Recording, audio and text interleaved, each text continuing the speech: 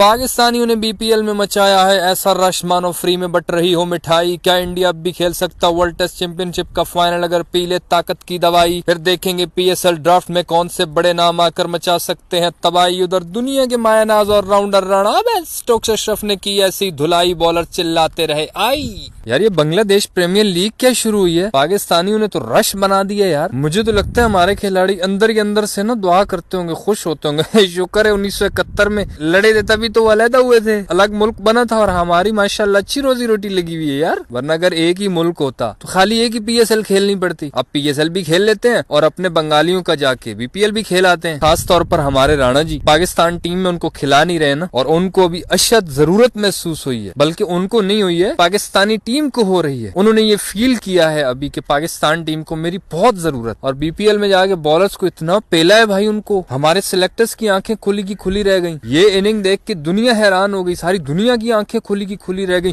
China वाले जिनकी आंखें बंद रहती हैं वो भी इनकी भी आंखें बड़ी बड़ी खुल गई। ये कैसे खेल गया भाई? भाई नाम ही काफी है। इतने छक्के मारे, अंपायर छक्के दे दे के थक गया। वो आखिर पे चिढ़ गया, उसने कहा तुम्हारे बाप का नौकर हूं मैं? बार बार हाथ ऊपर करो हाथ नीचे करो, छक्कों का इशारा दे देगी। मैं क्या सिट स्टैंड कर रहा हूँ? सजा लगी हुई है मेरी यार।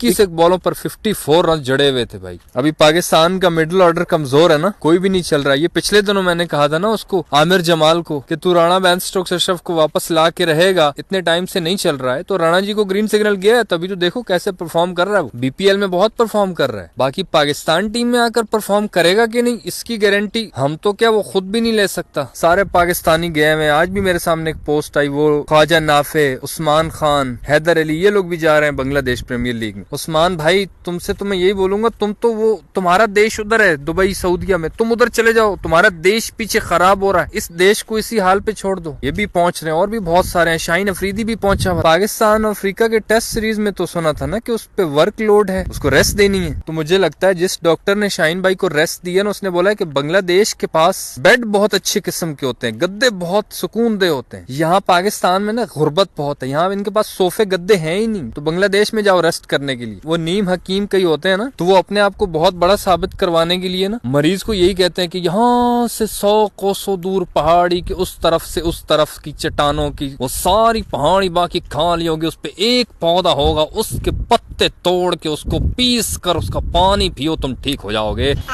शाहीन भाई आप टेस्ट में वर्कलोड मैनेज करने के लिए रेस्ट कर रहे थे यार, आप तो बांग्लादेश में पहुंच गए। चलो टेस्ट में ओवर ज्यादा करने पड़ते हैं तो टी20 में थोड़े कम करने पड़ते हैं, चलो ठीक है यार चलता है। हमारे कहने न कहने से उसने कौन सा रोक जाना है। दामाद जी भी गए, ससुर जी भी गए। पाकिस्तानी मैं कहता हूँ पाकिस्तानियों के बस में हो ना, हमारे प्राइम मिनिस्टर, हम खुद, मैं मुझे बोलो मैं भी पहुंच जाएंगे भाई। हमें तो मुंह नहीं लगाते ना, वरना पहुंच तो हम लोगों ने भी जाना था। जिनकी दाल गलती उन्हें गलने देना चाहिए। Shaheen Afridi as a bowler, Shahid Afridi जो है वो तो एज अ मेंटोर वहाँ पे गए हुए, किसी टीम के मेंटोर हैं वो। खिलाड़ियों के पॉइंट ऑफ व्यू से बांग्लादेश वालों का भला हो, जिन्होंने लड़ाई शड़ाई की थी और अलहदा हुए थे, वो अपनी लीग बना लेते हैं, हमारे उधर चले जाते हैं। अब हमारी लीग में उनके आ जाएंगे, तो बस ऐसे ही अच्छा निजाम चल रहा है। इंडिया कैसे क्वालिफाई कर सकता है वर्ल्ड टेस्ट चैंपियनशिप के फाइनल के लिए? कंपनी का दिवालिया निकल गया लेकिन फिर भी फायदे में चल रही है। ये ना समझना कोई दो नंबरी करेंगे, मतलब जैसा कॉल करेगा रोहित शर्मा को, ई रोहित वाह तुम्हारे से बैटिंग तो नहीं हो रही है पर एक को उपाय दे तुम्हें। ऑस्ट्रेलिया वाले हमारे हाथ में नहीं आ रहे, ससुर के नातियों का एक को इलाज है हमारे पास। एक चाय के अंदर जमाल घोटा मिलाई दीजिए, ताकि जैसे ही बैटिंग पे आए बल्ले की बजाय पिटवा में ऐसी गुड़गुड़ैया हो के भात रख के भागे।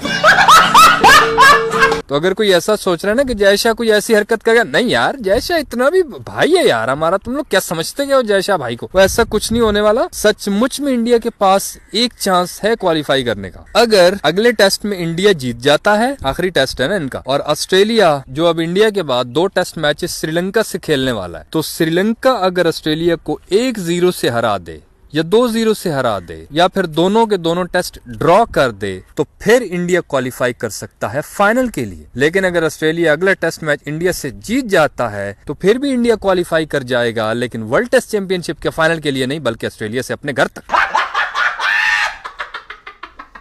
अब एक तो इंडिया के लिए आखिरी टेस्ट जीतना तो बेहद जरूरी है, ऊपर से मुसीबत ये है कि रोहित शर्मा जो कि लीडर है टीम का वो ही नहीं चल रहा। भाई जब लीडर ही परफॉर्म नहीं कर रहा तो बाकियों का भी मुंह अलग अलग होता है, वो भी कहते हैं हमारी मर्जी। ऋषभ पंत भी फिर ऐसा बोलेगा ना कि यार 100 बॉलें हो गई, मैं खड़ा हूँ कुछ कर नहीं रहा हूँ, फिर वो हिट मारेगा। हालांकि पहली इनिंग में ऋषभ पंत जो लेट कर इसने पीछे हिट मारी थी ना, पीछे कैच हुआ था, सुनील गावस्कर कमेंट्री में बैठा था, उसकी बड़ी मीम्स बन रही है। वो कहता है stupid stupid stupid, you can't play this type of shot at this situation, you stupid. सही उसने सुनाई भाई, उसने कहा कि तू ऐसी शॉट्स मारकर ये नहीं कह सकता कि ये तेरी नेचुरल गेम है, ऐसी नेचुरल गेम नहीं है, तुम देश को डबो रहे हो, देशद्रोही कर रहे हो, तुम ये कर भाई। वो ऐसा चिल्ला रहा था और साथ में ऑस्ट्रेलिया वाला कमेंटेटर वो ऐसा शरीर वो हंस रहा है, मजे ले रहा है। ऋषभ पंत ने दूसरी इनिंग में भी फिर ऐसे ही किया, वो 100 बॉलें खेल खेल के थक गया, उसने रख के मारी, उसने कहा चलो सुनील गावस्कर साहब को थोड़ा सा मनोरंजन करता हूँ। कहने का मतलब ये कि वो भी इंडिविजुअल फिर अपने फैसले ले रहा था, क्योंकि कैप्टन भी उसको कुछ नहीं कह सकता था। अगर रोहित शर्मा खुद परफॉर्म करता फिर रोहित उसको बोलता कि भाई तूने क्यों शॉट मारी है। कैप्टन बेचारा कुछ कर नहीं रहा है खुद। अब लेट्स सी, हो सकता है रोहित शर्मा का तो ये आखिरी टेस्ट हो, अगर वो खेलता है तो। अगर वो हार गए तो बहुत चांसेस है कि रोहित शर्मा तो रिटायरमेंट ले ले। ये भी हो सकता है कि बड़े पेट की तरह बड़ा पन दिखाकर वो आखिरी टेस्ट में खुद बाहर बैठ जाए हमारी शब्बो जी को कि आओ जरा हमारे दर्शकों को अपने नाजो नखरो मनोरंजन के साथ थोड़ा सा दिल लुभाओ लोगों का, प्यारे प्यारे चौके लगाकर। बहरहाल इंडिया के पास एक ही चांस है, आखिरी टेस्ट जीतो और दुआ करो कि ऑस्ट्रेलिया श्रीलंका से भी एक टेस्ट मैच न जीत सके। अब जाते हुए थोड़ी सी बात कर लेते हैं पीएसएल ड्राफ्ट की। इसमें कौन से बंदे आ रहे हैं हमारे। मैथ्यू शॉर्ट जो ऑस्ट्रेलिया का ओपनर है उसने रजिस्टर किया है, ये तो बहुत जबरदस्त बात है यार। उसके बाद एलेक्स हेल्स, जैसन रॉय, ये तो बहुत स्टाइलिश बैट्समैन है, पता नहीं इंग्लैंड वालों ने इसको पक्का ही बाहर निकाल दिया है। शॉन एबर्ट है ऑस्ट्रेलिया का जो बॉलर है, मार्टिन गप्टिल भी आ सकता है, रिले रोसोव है, Tom Kohler Cadmore, Colin Munro, David Willey और वो बोस्ट